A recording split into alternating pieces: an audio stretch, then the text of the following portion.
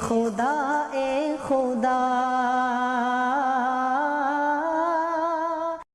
حضرت انس رضی اللہ عنہ روایت کرتے ہیں کہ ہم نے اپنے نبی کے سامنے کہا کہ ہمارے مدینے میں سال میں 2 دن ایسے آتے تھے، ان 2 دنوں میں ہم کھیل تماشے کر کے دن کی خوشیاں مناتے تھے۔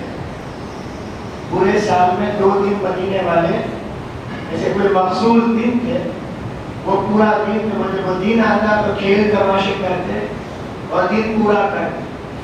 رسول اللہ صلی اللہ علیہ وسلم نے فرمایا کہ اللہ تعالیٰ نے ہم مسلمانوں کو سال بھر میں 2 دن دیے خوشی منانے، وہ 2 دن ختم کر دیے گئے تو کھیل تماشے کے، اور وہ 2 دن خوشی کے تھے، جس میں ایک آج کا دن جس کو بقرعید کہتے ہیں۔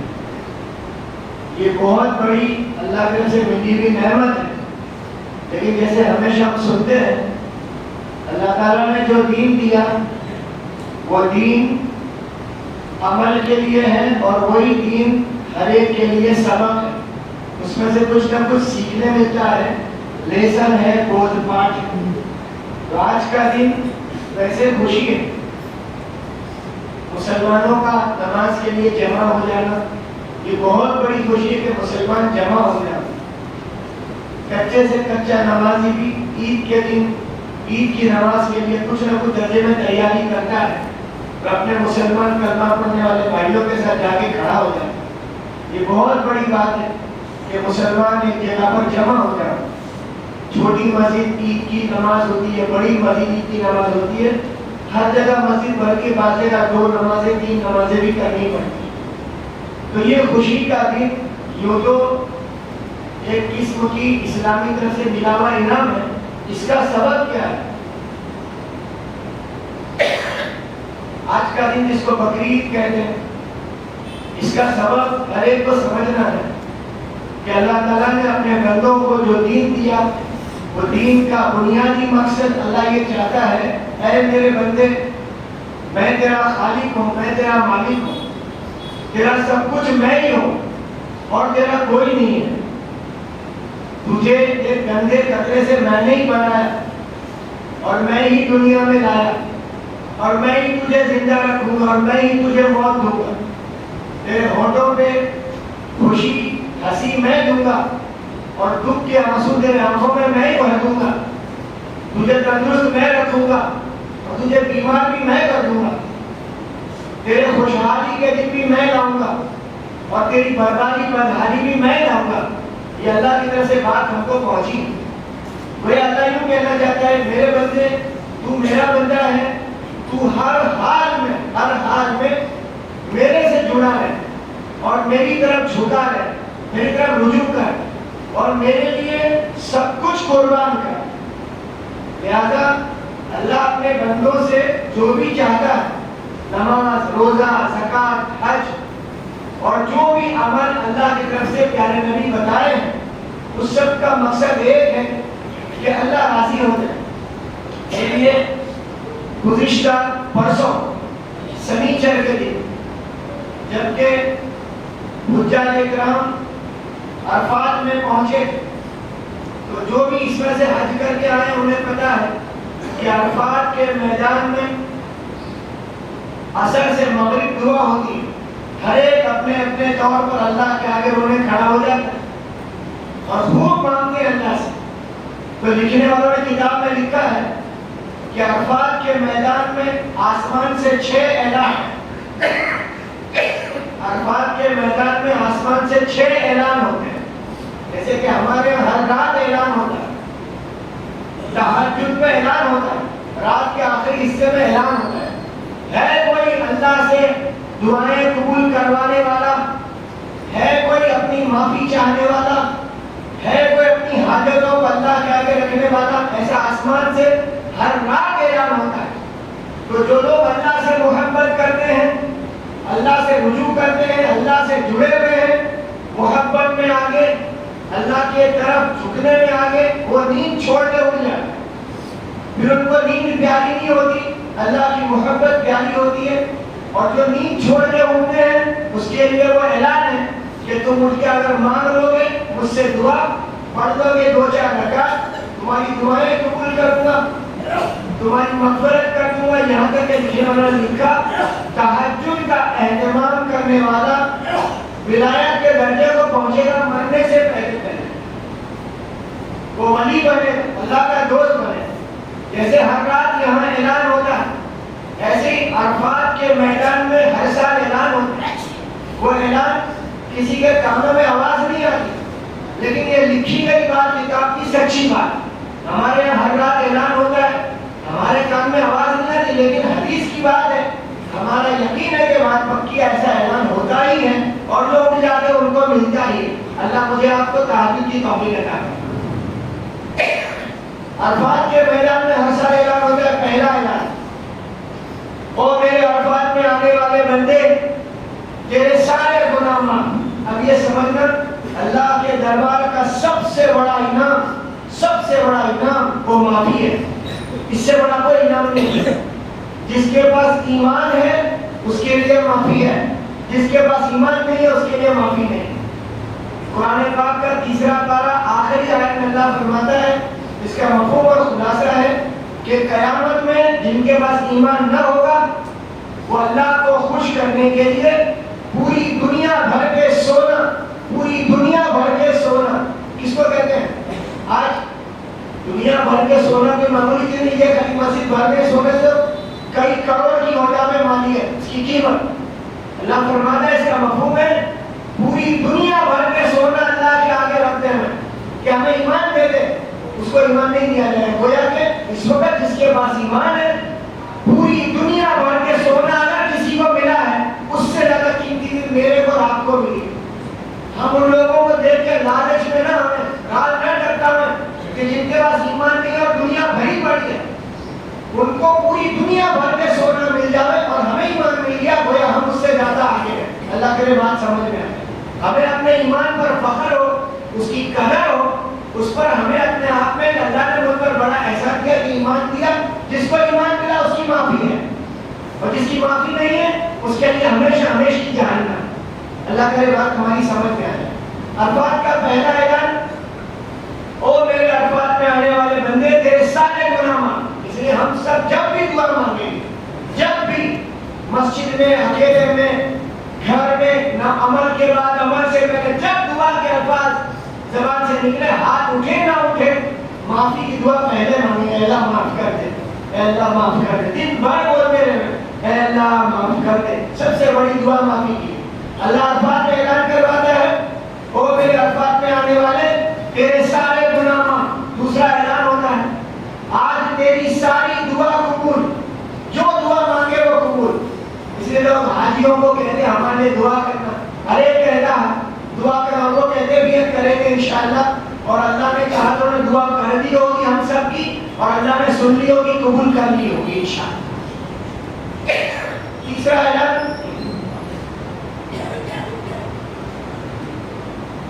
اعلان اے میرے عرفات میں آنے والے بندے تجھ پر جنت واجب.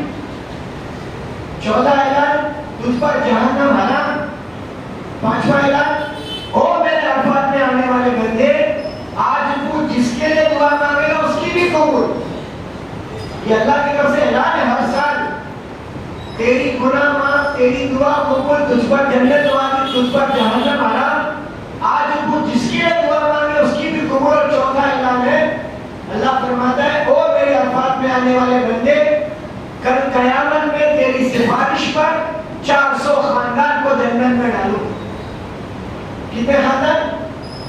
ایک حاجی کی سفارش پر ایک جگہ لکھا ہے 400 افراد اور ایک جگہ لکھا ہے 400 گھرانے. تو 400 خاندان کو یہ حاجی اللہ سے سفارش کر کے جنت میں لے جائے گا. پھر وہ کون سے افراد اور کون سے خاندان جس پر جہنم کا فیصلہ اللہ کر چکا اللہ حاجی کی سفارش پر ان کو جنت میں بھیجے گا. تو علماء اکرام نے سمجھایا بہت عجیب بات سمجھائی. اتنے بڑے بڑے انعام حاجی کے لیے کیوں ہیں؟ وہی آج کے دن کا سبق. اتنے بڑے بڑے انعام اس لیے ہیں کہ حاجی نے اللہ کو اللہ کی محبت کا ثبوت دے دیا. وہ دھیان سے میری بات سننا، سونا مت، اور یہ بات دل میں بٹھا لینا۔ اللہ کو اللہ کی محبت کا ثبوت دیا کہ میں تجھے چاہتا ہوں، اتنا کسی کو نہیں چاہتا، اور تیری چاہت کے آگے ساری چاہت قربان۔ ہاں یا نہ؟ بولو نا۔ جو حاجی حج میں گیا نا، اس نے ساری چاہتیں قربان کر دی اس کی چاہت پر، ورنہ کروڑ پتی کو کیا معاملہ تھا کہ وہاں جا کے فٹ پاتھ پہ رہا، وہاں دھوپ میں رہا، گھر سے در بدر پھرتا رہا، خیمے میں جگہ نہیں ملی باہر۔ دنیا کے بڑے بڑے سیلیبریٹیز جو اپنے ملک کے بڑے قیمتی لوگ ہیں، وہ بھی وہاں کھلے میدان میں چٹائی پر پڑے۔ کس کی محبت میں پڑے؟ جن کے لیے ان کی حکومت میں چاروں طرف سیکیورٹی لگی ہے اور بڑا اکرام اور اعزاز ہے، کسی ملک میں جانا تو ان کے لیے ریڈ کارپیٹ بچھایا جائے۔ ویسے لوگ جب وہاں پہنچتے ہیں، آپ نے دیکھا ہوگا جو لوگ ان سے پوچھنا کہ وہ زمین پر پڑے ہیں، بس ایسے ہی اللہ کے محبت میں دیوانہ وار۔ میرے بھائیو، حاجی نے کیا کیا؟ اللہ کو اللہ کی محبت کا ثبوت کیسے دیا؟ اس میں سے جو لوگ حج کو گئے ہیں پہلے یا اس سال جس کو روانہ کیا، تو جانے کے وقت میں جیسے ہی سفر شروع کیا گھر سے، تو کوئی دادا جان ہے، تو دادا جان نے جیسے ہی گھر سے نکلنا شروع کیا اور پوتا آگے گود میں چڑھ گیا اور دادا دعا کرنا میرے لیے، یہ بولتے ہی دادا رونا شروع کرتا، دادا دعا کرنا میرے لیے، آپ جا رہے، وہ دادی کی گود میں اس کی پوتی چڑھ جانا، دادی دعا کرنا، تو وہ دادی بڑھاپے کو پہنچی، اپنی پوتی کو منہ سے چوم کے رو دیتی، نانی رو دیتی ہے نوازوں کو مل کے، بوڑھی ماں اپنے بیٹے کے سر پہ ہاتھ رکھ کے کہہ رہے، بیٹا تو حج میں جا رہا ہے، دعا کرنا، پتہ نہیں تو آئے میں بچوں نہ بچوں۔ اس کی بوڑھی ماں روتی ہے، اس کا باپ ہوتا ہے، بھائی داماد ہوتا ہے، نواسا، پورا گھر ہوتا ہے۔ آپ نے دیکھا ہوگا منظر، آپ بھی روئے ہوں گے کبھی کبھی۔ یہ رونے کا منظر دیکھ کر دل میں یہ خیال آ سکتا ہے تم کو چھوڑ کے میں نہیں جاؤں، تم کو چھوڑ کے میں نہیں جاتا ہوں، لیکن خیال کیا آتا ہے؟ اے اللہ، میں ان سب کو چاہتا ہوں، میں ان سب کو چاہتا ہوں، لیکن جتنا تجھے چاہتا ہوں اتنا ان کو نہیں چاہتا ہوں، ان کی چاہت قربان کر کے تیرے پاس آتا ہوں۔ اللہ کو یہ عذاب آیا کہ ساری محبتیں چھوڑ کے میرے پاس آیا، اور جب یہاں سے نکلا، گھر چھوڑا، گھر کے لوگوں کو چھوڑا، وطن چھوڑا، سیدھے پہ کپڑے چھوڑے۔ کوئی پاگل نہیں ہے کہ کپڑے اتار کے فقیر بن جاؤ۔ کروڑ پتی آدمی چادر نیچے چادر اوپر لپیٹ کے پھر رہا، کروڑ روپے کا مالک، اپنے علاقے کا بڑے درجے والا آدمی، علم والا، مفتی صاحب، بڑے بڑے اللہ والے، وہ ایسے لوگ جن کی عزت کے لوگ اپنے ہاتھوں کو بچھا دے، آنکھوں کو بچھا دے، جن کو زمین پہ پیر نہ رکھنے دے، وہ لوگ ایسے دیوانوں کی طرح پسینے میں در بدر، وہ سب لوگ اللہ کی محبت میں چلے، کپڑے چھوڑے، بیوی سے ہنسی مذاق چھوڑا، خوشبو لگانا چھوڑا، ناخن بال کٹانا چھوڑا، یہاں تک کہ کعبے کا طواف چھوڑ کے چلے۔ کعبے کا طواف بہت بڑی بیٹی ہے جہاں پر 60 رحمتیں نازل ہوتی، حرم کی نماز 1 لاکھ رکعت کے برابر، وہ رکعت چھوڑ کے چلے، سب کچھ چھوڑا کس کی محبت میں؟ ارے بولو نا، اللہ کی محبت میں سب، کہ اللہ کے گھر کو بھی چھوڑا، وہاں کی نماز کی نیکی کو بھی چھوڑا، سب چھوڑ کے عرفات میں آیا۔ اللہ کو یہ عطا بھائی آتی ہے۔ چلیے آج کا دن یہ سبق ہے، ہر مسلمان کو چاہیے کہ اللہ کو اپنی محبت کی قربانی دکھاوے کہ جتنا تجھے چاہتا ہوں اتنا کسی کو نہیں چاہتا۔ یعقوب علیہ السلام دعا میں تھے، علماء نے سمجھایا کہ یعقوب علیہ السلام دعا میں ہیں، اور دعا میں اللہ کی طرف متوجہ ہیں، اور یوسف علیہ السلام پڑوس میں لیٹے ہیں، اور دعا میں اپنے بیٹے کو دیکھ لیا۔ اللہ کو یہ چیز اچھی نہیں لگی کہ دعا میں میری طرف متوجہ تھا اور کس کو دیکھ رہا ہے؟ بیٹے کو، بیٹے کی محبت بیچ میں آ گئی، اللہ کو اچھا نہیں لگا، تو اللہ تعالیٰ نے ایک نظام چلایا، یوسف علیہ السلام کو یعقوب علیہ السلام سے دور کر دیا۔ اس لیے دور کیا کہ اس کو دور کریں گے تو یہ میرے قریب ہو جائے۔ اللہ کرے بات سمجھ میں آئے، جس چیز کی قربانی ہوگی اس کے لیے تو وہ چیز اللہ تعالیٰ بڑھا دے۔ ابراہیم علیہ السلام سے کہا اپنے بیٹے کے گلے میں چھری چلا دو، عقل میں آنے والی بات نہیں ہے، یعنی اس وقت کا کم سمجھ آدمی دین کے اعتبار سے، نہ سمجھ آدمی دین کے اعتبار سے وہ یوں سوچتے یار یہ کیا بات ہوئی، ایسے بڑے نبی کو کاٹنے بیٹے کے گلے میں، یہ کوئی بات نہیں. وہ دین کے اعتبار سے ناسمجھ، دین کے اعتبار سے کم سمجھ ایسا سوچتا ہے. اصل غرض کیا تھی؟ بیٹے کی محبت جو اندر تھی اس کو ہماری محبت پہ قربان، کہ ہماری محبت بیٹے کی محبت سے اوپر. بھائی سمجھ نہیں بات؟ اور بیچ میں بہکانے والا شیطان آیا تو اس کو بھی بھگایا کمزوری مار کے کہ تم مجھے اللہ کی محبت بڑھانے والے کام میں رکاوٹ بنتا ہے. میں جا رہا ہوں میرے بیٹے کی محبت قربان کرنے اس کے لیے، اور تو بہکانا ہے.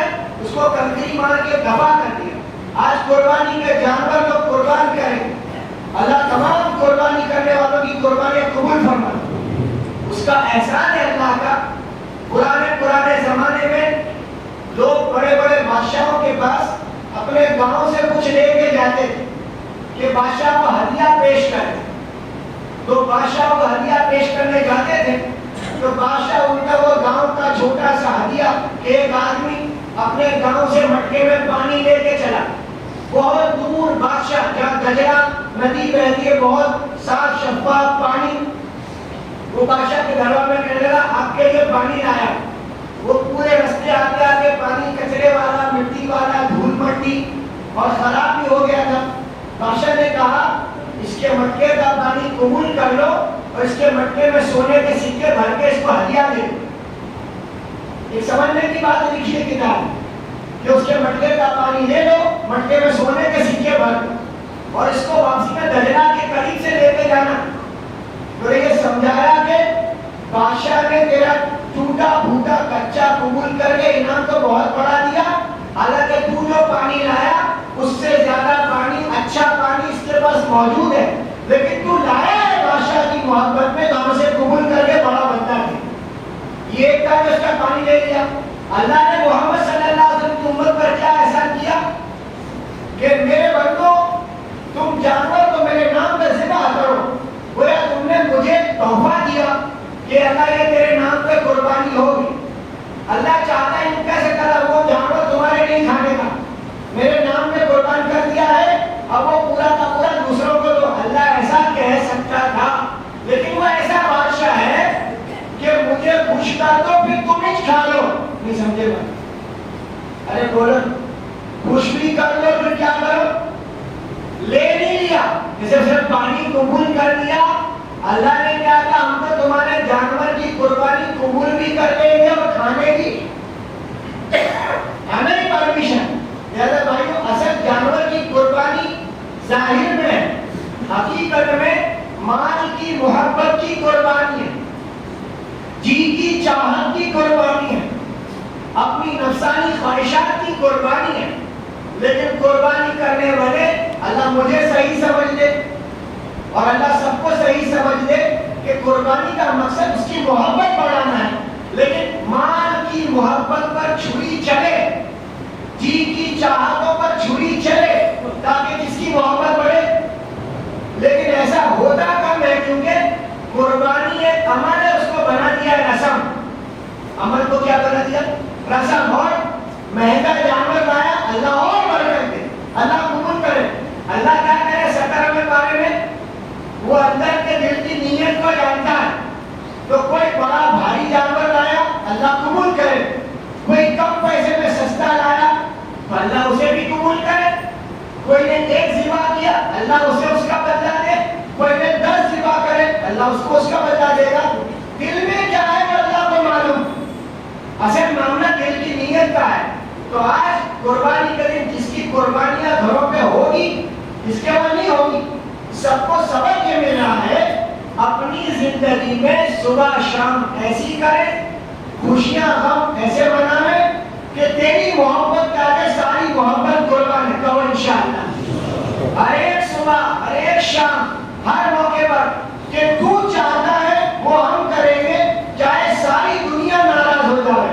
لیکن ہم نے ایمان کو کچا کیا، دین کچا کیا تو پھر کیا ہوا؟ کبھی اس کو خوش کرنے کے لیے، کبھی اس کو خوش کرنے کے لیے، کبھی خاندان کے لوگوں کو خوش کرنے کے لیے اور کبھی سسرال والوں کو خوش کرنے کے لیے، کبھی بیٹی داماد کو خوش کرنے کے لیے اللہ کو ناراض کرتے. گویا کہ یہ بات نیت کے ساتھ ہے کہ آج کے دن کا سبق اپنی ساری چاہتوں کو، ساری خواہشات کو، ساری محبتوں کو اللہ کی محبت کے نیچے دبا دے.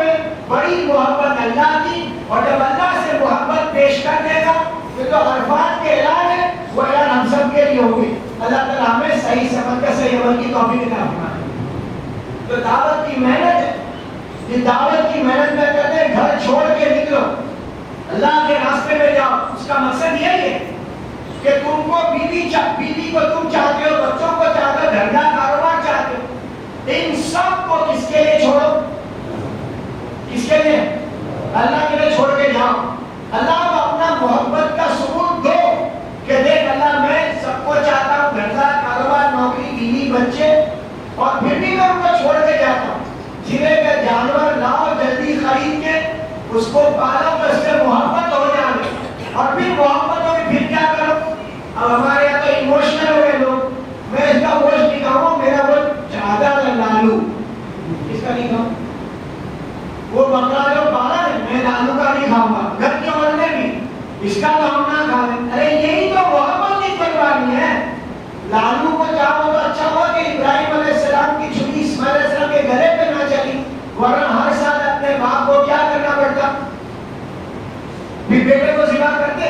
آج بیٹے کی چاہت ذبح نہیں کرتے، جو بنتا ہے وہ پوری کرتے. اللہ مجھے آپ کو دین کی صحیح سمجھ عطا فرمائے. ہر سال میں 2 دفعہ عید کی نماز ہوتی ہے، پھر بھی ترتیب بتانی ہی پڑتی ہے. اور کچھ لوگ سنتے کیوں بتاتے؟ بتانی ہی پڑتی ہے. اور ہر سال بتانے کے بعد بھی کچھ لوگ بازو والے کو دیکھ کے نماز پڑھتے ہیں. مفتی صاحب نے کہا پھر بھی نماز ہو جائے گی انشاءاللہ. تو نماز کی ترتیب سب سے پہلے نیت کہ 2 رکعت نماز واجب عید الضحیٰ کی واسطے اللہ کے امام کے پیچھے وہ میرا کعبہ شریف کی طرف زائد 6 تکبیروں کے ساتھ اللہ اکبر. جیسی تکبیر تحریمہ پڑھیں گے اللہ اکبر، اس کے بعد ثنا پڑھی جائے گی. ثنا پڑھنے کے بعد 3 مرتبہ کہا جائے گا اللہ اکبر. تو 2 مرتبہ ہاتھوں کو کان تک اٹھا کے چھوڑیں گے اور تیسری مرتبہ میں رکعت بانٹ دیں. پھر سورہ فاتحہ پڑھی جائے گی، قرآن شریف پڑھا جائے گا، رکوع سجدے ہوں گے، دوسری رکعت شروع ہوگی، سورہ فاتحہ ہوگی، قرآن شریف پڑھا جائے گا. اس کے بعد 4 مرتبہ کہا جائے گا اللہ اکبر. تو 3 مرتبہ کانوں تک ہاتھ اٹھا کے چھوڑ دینا ہے اور 4تھی مرتبہ میں رکوع کرنا ہے. اللہ اکبر امام صاحب بولتے ہیں زور سے، ہم لوگ زور سے نہیں بولیں گے، بازو والے کی نماز خراب نہیں کرنے. ہماری تکبیر کیسے ہوگی؟ اپنے کو اپنی والے زوروں سے نہیں بولتے. اللہ اکبر وہ جنازے کی نماز میں دیکھیں سبھی اللہ اکبر بولتے ہو جاتے ہیں. ایک امام صاحب کی آواز زور سے ہوگی، وہ سب کو ساتھ میں لے کے چل رہے ہیں. ہم لوگ سب کے امام نہیں ہیں، لہذا اپنی تکبیر اپنے لیے ہے، سب کے لیے نہیں. دوسروں کی نماز خراب نہ کریں. اللہ تعالیٰ مجھے آپ کو صحیح سمجھ کر صحیح عمل کی توفیق. سمجھ لیں.